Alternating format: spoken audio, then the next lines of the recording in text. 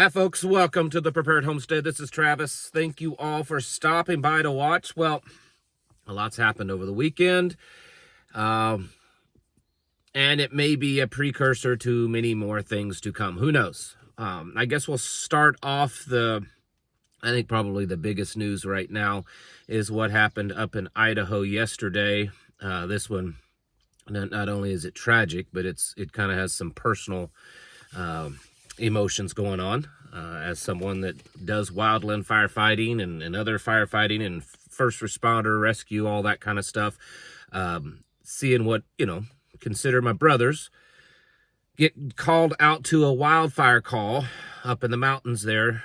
And, there's an active shooter. They got ambushed by someone, and several guys seem to have been shot, and two of them did not make it. They perished. A third one is said to be in critical condition. And there was a pretty big standoff for a few hours up there. Sheriff's Department, police departments, the FBI was involved. And then yesterday evening, the sheriff issued a statement that they found the guy dead.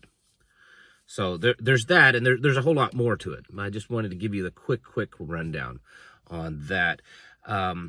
Also, the top Ayatollah in Iran, which is considered their top, it'd be like their high priest or their pope, right? Their top religious leader has issued an order or a fatwa, which is what that is, for all Iranian and Muslim warriors to take out their vengeance on the United States and Israel, including the leaders Donald Trump and Benjamin Netanyahu. So this is that order for them to do whatever. All those sleeper cells you hear about. I guess you could kind of say they've been activated if their top religious leader has ordered them to go on the offense. I don't know. We'll see. There's a lot to this, I guess, to unravel. And I've been talking to you about the possibility of violence and whether the violence is domestic terrorism, foreign terrorism, government terrorism. The possibility of those things happening here on the home front are becoming more and more likely. And I think that we will get to having them more often and more terrifying, because if you follow the narrative that's being set up or the direction it looks like things are going, I think it's almost necessary to have that kind of fear going on in the United States and in other countries to kind of move forward with what appears to be the apparent plans. So going back to the Idaho thing, maybe I said Ohio in the beginning. It's Idaho. Sorry. If I misspoke, I apologize. It's Idaho. It's just east of Portland. Anyway, so there's actually not a whole lot of information, and I think that in itself seems to be pretty suspicious on what's going on. I understand that it may take a while before they release the identity because they want to do their little investigation, notify victims, families, and the family of the perpetrator and all that kind of stuff. But they could very quickly release information that the guy was a local. He was known to have mental, instabilities. He was connected to this, and this. They could release that information pretty quickly. It wouldn't take that long to discover that. And there's been really, at least as the recording of this video, virtually no information released, which is interesting because that's the same thing that's happened the last couple of times that there's been some kind of big shooting incident. If you remember the guy that was supposed to be trying to take the president out before he became the president down in Florida, and then the other guy that was supposed to be doing the same thing at the rally up in Pennsylvania. They just immediately became top news because of how big of a deal it was, and then immediately disappeared. And it seems that's already starting to happen with this here in Idaho. And I understand you can say, yeah, but these aren't the president or anything. These are firefighters, and a lot of people have pointed out that, which is true, they're the firefighters, your EMS people, they're their neutral territory. They're not left versus right. They're the people that no one wants to do harm to, right? And so if even a firefighter going and fighting a fire in the woods can't be safe from some type of attack, then no one is safe. No one is. There's speculation, even though I can't find any confirmation that, this guy may have some ties to skinhead, Aryan Nation type stuff. Who knows? I mean, we don't know what, we probably never will really know the truth because they're going to hide most of the truth from us. But there were some things that seem to be inconsistent. Original reports from local people that live in that area said that there were reports of multiple shooters, that they heard that they were getting reports of gunshots from multiple directions. The sheriff's department had stated early on that his people were pinned down by sniper fire. And then all of a sudden, and he was also issued an order to his people, a shoot to kill order to take him out if you get a chance to just take the guy out. And then a few hours later, that's when the report came out that they discovered him deceased with a weapon nearby. No word on whether or not it was self-inflicted or not. It's just that he was deceased. And so I suspect that there's some fishiness going on. So we're probably not going to get the full story. Is this a precursor to more things? Because it's interesting that this has happened, because just last week I taught a class to first responders on something very similar to this, of the real possibility of why when we go out and do our job, we need to have our situational awareness at a heightened alert at all times, even though you might think it's just a common little, it's a little call, oh, we got to go do a lift assist. Oh, it's just a small little emergency or whatever. There's always that possibility that the emergency that we're being called to is a setup to get emergency workers there so that the perpetrator can do harmful things to the emergency workers. And so I talked about that in a class just last week, and then this happens. So the questions are, starting to be raised. Was that the original idea with this? Did this guy start this fire to lure firefighters in only to do these evil deeds to them? Is this just a one-off because the guy's crazy, or are we going to start seeing other things happening? It's too early to determine that. But if more is found out, if the suspicious activity of this starts to become heightened, I would be cautious even more. And then now we also have this top religious leader in Iran, basically in maybe in my words, but what he's called is for a holy war. I mean, he called all Muslim warriors to take out vengeance on the United States and Israel and their leaders. What else? How else can you interpret that?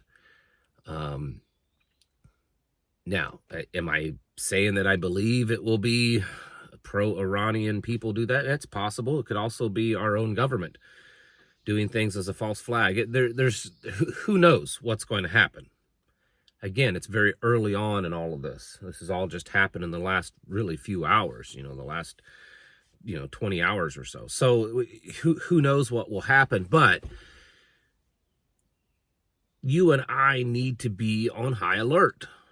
I see this all the time where no one is on high alert anymore. No one is paying attention to anything. Our society has become too safe for too long. And it's not that I want to live in a society that's dangerous. It's that our society, for the most part, with the exception of certain places that you might live that are high crime rates, but the majority of America is a pretty safe place to live. In the majority places, most of the places in the United States, you can walk down the street with very little harm.